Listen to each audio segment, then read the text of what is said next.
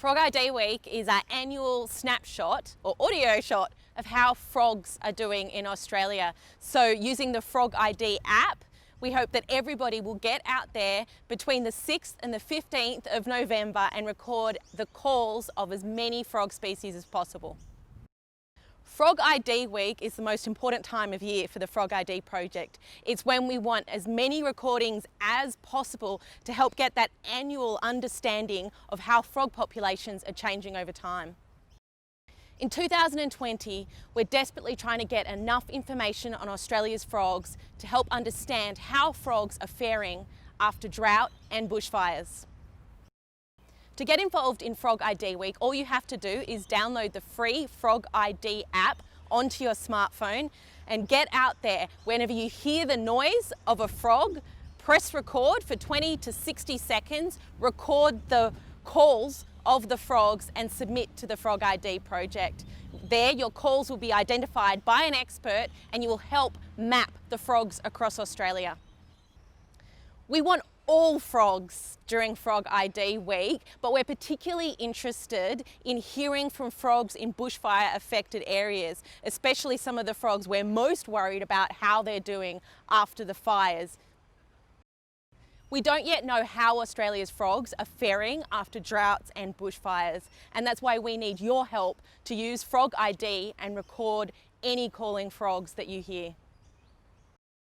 Frog ID is the largest frog citizen science project in the world. There's nothing else like it, and it's helping us understand Australia's frogs like never before. Last year during Frog ID Week, Australians recorded over 5,000 frogs.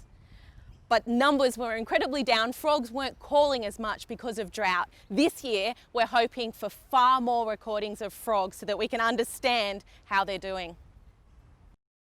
Frog ID data has actually given us some really surprising good news in that there are a lot of frogs still in the bushfire affected areas after the fires. We've only looked at the first few months after the fires, but there was a remarkable number of frogs that were out there and calling.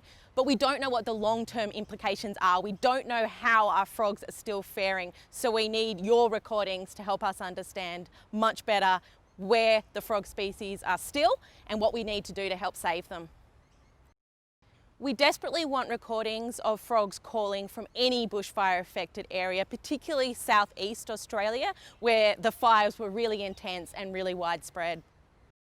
If you can get out safely into any of the areas that are now recovering after the fire, we would love you to listen out for frogs and record them using the Frog ID app. And the best time to record frogs is typically the first few hours after dark, and especially if it's recently rained, although there are many frog species that call during the day, so if you're lucky, you might hear those too. I've been really surprised, and it's made me incredibly hopeful to see the recovery of frogs in some areas that have been affected by bushfire. I've been into some places that were really incredibly affected by the fire, where the ground is still ash and the streams are still full of ash and there's very little vegetation still.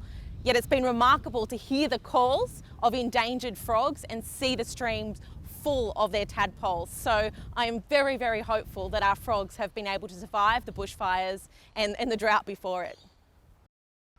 Even though frogs are very small themselves, they're an incredibly important part of an ecosystem.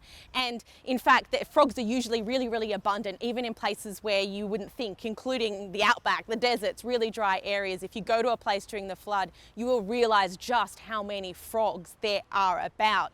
And because of that, they're a really big, important part of ecosystems. Frogs themselves eat a lot of invertebrates, including pest species, and tadpoles eat algae. So when the frogs disappear, and unfortunately we know what happens because they have disappeared from a number of places, you can see the consequences. All the other animals that rely on frogs to eat as well, they start to disappear, the snakes, the birds, the mammals, and the streams clog up with algae. So it's very clear that we need frogs as part of healthy ecosystems, and we need to do what we can to help understand and conserve them. It is best to record frogs and easiest to record frogs after the rain and in any kind of water that you have. It might be a little bit tricky and not the best time of year in some places, but we need you to be at the ready, and wherever you hear frogs, when it does rain, also record frogs. So we want as many recordings as possible during Frog ID week, but Frog ID keeps going, and any time that it does rain where you live, we need you to listen out for frogs and record them using the Frog ID app. This year during Frog ID week, we're really trying to understand the impacts of droughts and bushfires. And in terms of bushfires, we're particularly interested in much of New South Wales, Victoria, including East Gippsland, the Blue Mountains in New South Wales, and Kangaroo Island in South Australia. And we desperately want to understand how our frogs are responding and hopefully recovering in these areas. This year, we're particularly interested in getting recordings from some of the areas hardest hit by the summer bushfires, including the ACT. This year, we're particularly interested in getting frog recordings from areas hardest hit by the summer bushfires, including the South Coast and the Blue Mountains of New South Wales. This year, we're particularly interested in getting recordings of frogs from areas hardest hit by the summer bushfires, including Kangaroo Island in South Australia. This year, we're particularly interested in getting frog call recordings from some of the areas hardest hit by the summer bushfires, including East Gippsland in Victoria.